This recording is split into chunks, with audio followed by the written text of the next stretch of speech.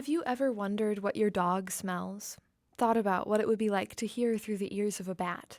Or pictured the colors seen through the eyes of a dragonfly? Well, I have a different creature to suggest for your thought experiment: the bee. As early as 1914, German behavioral scientist Karl von Frisch published Bees' Sense of Shape and Color and began our fascination with the sensory life of the honeybee. Take the bee's sense of sight. You may have seen a picture like this before.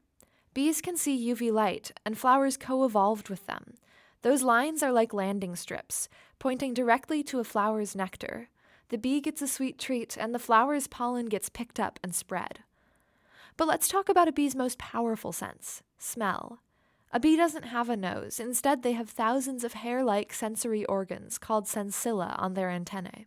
Some of these sensilla allow them to taste. Some allow them to feel small vibrations in the air like our sense of hearing, but the most powerful sense is smell. When you see a friend, you recognize them based on their face, their hair, their voice, but bees recognize other bees of the same species or colony based on the scent of their pheromones. Many species of bee also produce their own scent markings, like a bookmark, to remind them if an area has good food resources.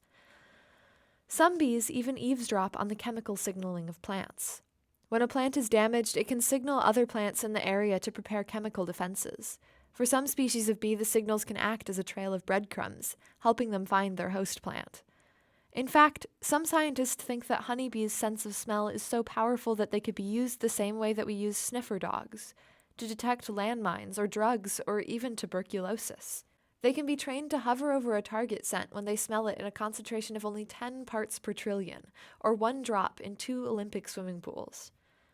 Compared to bomb-sniffing dogs, bees are faster and safer, with no possibility of triggering an explosion. Sniffer bees aren't widely used yet because it's hard to follow them around a minefield, but scientists are actively developing unmanned drones and computer vision algorithms to track the bees, which could save many lives. So, the next time you're in your garden or at a park, ask yourself, what would it be like to smell the world from a bee's perspective?